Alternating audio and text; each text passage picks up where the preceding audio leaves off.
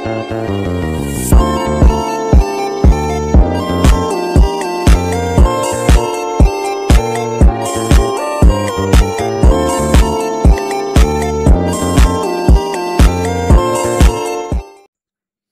pertama yaitu pengertian konsep islamisasi pengetahuan.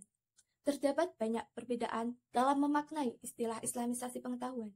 Walaupun demikian, sebuah definisi yang jelas tetap diperlukan agar persepsi istilah ini tidak menjadi rancu. Menurut Hana Jumhana Bastamana, istilah islamisasi ilmu merupakan upaya menghubungkan kembali antara ilmu pengetahuan dengan agama, yang berarti menghubungkan kembali antara sunatullah atau hukum alam dengan Al-Quran, yang mana keduanya sama-sama ayat Tuhan. Menurut Al-Atos, istilah islamisasi pengetahuan merupakan pembebasan manusia dari pikiran-pikiran magis, mitologis, dan tradisi nasional yang bertentangan dengan ajaran Islam. Dari definisi tersebut, dapat dipahami bahwa makna islamisasi pengetahuan adalah pembebasan pengetahuan dari interpretasi yang sekuler menjadi sesuai dengan idealita Islam. Berdasarkan pernyataan Al-Atas tersebut, menunjukkan bahwa islamisasi ilmu pengetahuan diharapkan dapat membebaskan umat Islam yang bertentangan, bahkan mensekularisasikannya. Maka, Al-Atas memikirkan bagaimana ia bisa mengembalikan kejayaan Islam dan mengembalikan segala sesuatunya ke keadaan alamiahnya. Alamiah di sini diartikan sebagai konsentrasi ilmu pengetahuan yang telah berkembang atau ada dalam peradaban Islam sebagai puncak kejayaan yang diraih umat Islam. Nah, pada saat kita mempelajari filsafat ilmu, ada 3 standar yang digunakan untuk mengukur subjek ilmu pengetahuan tersebut. Di antaranya yaitu, yang pertama, ontologi. Ontologi adalah cabang utama filsafat yang mempertanyakan hakikat semua makhluk yang ada. Yang kedua yaitu epistemologi. Epistemologi adalah cabang atau bagian filsafat yang membahas tentang pengetahuan, pembangkitan pengetahuan, dan kebenaran pengetahuan. Dan yang ketiga yaitu aksiologi. Aksiologi adalah salah satu cabang filsafat ilmu yang mempelajari bagaimana manusia menggunakan ilmunya. Dalam menjalankan proses islamisasi ilmu pengetahuan tersebut, ada beberapa tujuan yang akan dicapai. Di antaranya yaitu, yang pertama, penguasaan bidang ilmu pengetahuan modern. Yang kedua yaitu penguasaan warisan Islam. Yang ketiga, terjalinnya hubungan khusus pada bidang ilmu pengetahuan modern. Yang keempat yaitu menjelajahi cara untuk kreatif mengintegrasikan tradisi Islam dan sains modern. Yang kelima yaitu membangun pemikiran pada jalan menuju ketaatan pada hukum ilahi. Yang keenam yaitu islamisasi ilmu pengetahuan mengakui adanya hierarki atau tingkatan ilmu pengetahuan.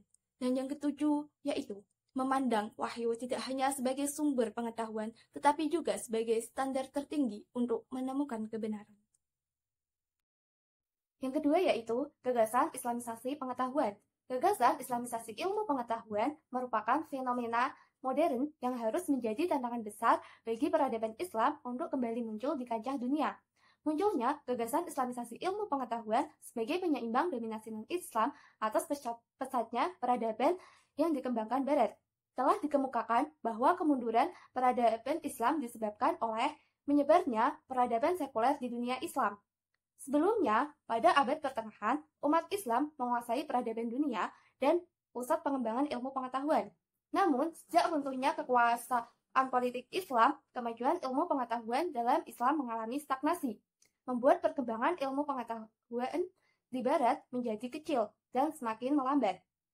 Perkembangan ilmu pengetahuan di Barat menyadarkan umat Islam bahwa peradaban dan ilmu pengetahuan masih tertinggal dibandingkan di Barat, dan bahwa ilmu pengetahuan perlu berputar dan bertransformasi secepat mungkin untuk mengimbangi Barat.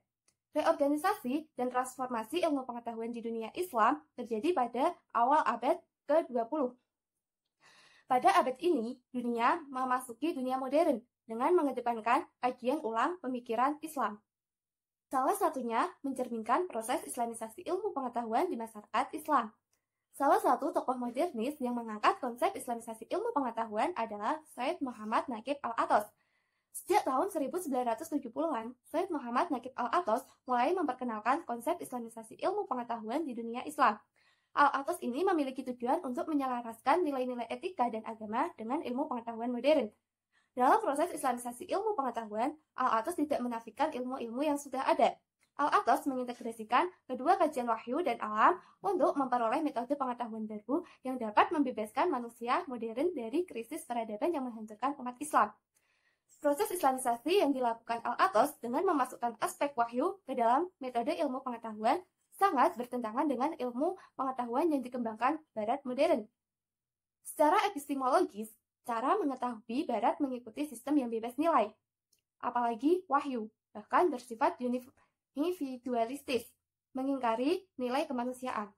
Oleh karena itu, islamisasi ilmu pengetahuan merupakan upaya mengembalikan kemurnian ilmu pengetahuan yang tercemar virus sekularisme dengan mengintegrasikan nilai-nilai Islam ke dalam disiplin ilmu modern. Walaupun gagasan pemikiran-pemikiran para pemikir di atas tentu berbeda-beda dan kadang-kadang bertentangan, namun kadang-kadang mereka disamakan dengan istilah islamisasi ilmu pengetahuan. Namun, kelemahan umum dari gagasan ini adalah bahwa gagasan ini tampaknya dipahami terutama sebagai gagasan filosofis tentang sains. Dan bagaimana gagasan filosofis ini dapat dikaitkan dengan aktivitas ilmiah yang sebenarnya mungkin sudah lama tidak terlihat jelas. Kelemahan ini juga membuatnya mudah untuk disalahpahami. Nah, dan di dalam gagasan islamisasi ilmu pengetahuan juga terdapat berbagai pengaruh, ada yang merupakan pengaruh positif dan ada juga yang berpengaruh negatif. Di antaranya yaitu yang pertama yaitu adanya ilmuwan muslim yang berpendapat bahwa gagasan islamisasi ilmu pengetahuan muncul sebagai respon terhadap konsep dikotomi antara agama dan ilmu pengetahuan yang diperkenalkan oleh masyarakat barat dan sosial budaya modern. Yang kedua yaitu, selanjutnya muncul gagasan islamisasi ilmu pengetahuan telah menimbulkan konflik di kalangan ilmuwan di negara kita. Yang ketiga yaitu, dampak positif akan muncul dari munculnya ilmu pengetahuan dan ekonomi Islam, seperti islamisasi ilmu pengetahuan, pengobatan Islam, dan pesantren di bidang perbankan. Dan yang keempat yaitu, gagasan islamisasi ilmu pengetahuan menghasilkan teknologi yang ramah lingkungan. Teknologi ini bisa selaras dengan maqasid syariah dari pada keserakahan manusia. Nah, yang terakhir yaitu yang kelima, ide dan gerakan islamisasi ilmu pengetahuan menyadarkan pikiran umat Islam akan keadaannya. Sebab islamisasi ilmu pengetahuan merupakan upaya menjawab tantangan kontemporer yang dihadapi umat Islam. Yang ketiga yaitu islamisasi ilmu ekonomi. Menurut Profesor Zubair Hasan, ada dua pendekatan metodologis yang digunakan dalam pengembangan ekonomi syariah. Yang pertama adalah pendekatan all or nothing approach, semua atau tidak sama sekali, yaitu pendekatan yang mengikuti prinsip syariah penuh atau tanpa syariah. Dalam pendekatan ini, semua teori dan konsep ekonomi tradisional diingkari dan dimusnahkan, yang menjadi dasar dibangunnya ekonomi Islam ekonomi syariah dengan definisi dan konseptualisasi tersendiri. Namun kelemahan pendekatan ini adalah seringkali tidak dapat diterapkan dan sulit diterapkan. Pendekatan yang kedua adalah pendekatan langkah demi langkah. Dalam pendekatan ini terjadi proses penyaringan ilmu ekonomi tradisional dengan menghilangkan unsur-unsur yang bertentangan dengan ajaran Islam. Namun, meskipun dapat diterapkan, pendekatan ini memiliki kelemahan karena ilmu ekonomi syariah dikritik karena hanya mengikuti ilmu ekonomi tradisional. Dan oleh karena itu, originalitas ilmiahnya sering dipertanyakan. Fakta menunjukkan bahwa pendekatan kedua lebih mungkin terjadi dibandingkan pendekatan pertama. Namun, permasalahan selanjutnya yang sering dikritik adalah ketidakmampuan para ekonomi Islam untuk berpikir di luar kotak. Dengan kata lain, struktur ekonomi Islam seringkali mengikuti struktur ekonomi tradisional dan kerangkanya tidak jauh berbeda, sehingga sangat sulit membedakan keduanya. Akibatnya, banyak yang berpendapat bahwa perekonomian Islam adalah perekonomian konvensional tanpa riba dan zakat serta bagi hasil. Meski tidak semudah itu. Mengingat dominannya pendekatan kedua, maka pilihan yang paling rasional dan tepat saat ini adalah melakukan islamisasi perekonomian melalui pendekatan terpadu. Pendekatan integratif ini berarti menggunakan ilmu ekonomi konvensional sebagai tolak ukur, kemudian memodifikasi dan memasukkan nilai-nilai Islam sehingga tercipta perekonomian syariah yang secara filosofis dan praktis berbeda dengan ilmu ekonomi konvensional. Keempat yaitu Kritik terhadap Islamisasi pengetahuan. Pada dasarnya, kritik terhadap Islamisasi ilmu terutama ditujukan pada tahapan Islamisasi Al-Faruqi yang diuraikan dalam 12 langkah. Ada yang mengkritik Islamisasi secara keseluruhan, ada pula yang mengkritik aspek-aspek Islamisasi secara spesifik. Sejak tahun 1980, kritik paling komprehensif terhadap wacana Islamisasi ini diberikan oleh Ziauddin Sardar. Dalam menemukan kembali epistemologi Islam, Sardar mengkritik gagasan Al-Faruqi yang hanya berfokus pada tahapan mekanis Islamisasi tanpa mempertanyakan lebih jauh hakikat epistemologi ilmu pengetahuan barat. Langkah-langkah tersebut sulit dilaksanakan dan batasan antara setiap langkah tampak kabur. Kritik lain dilontarkan Fazlur Rahman terhadap Islamisasi ilmu.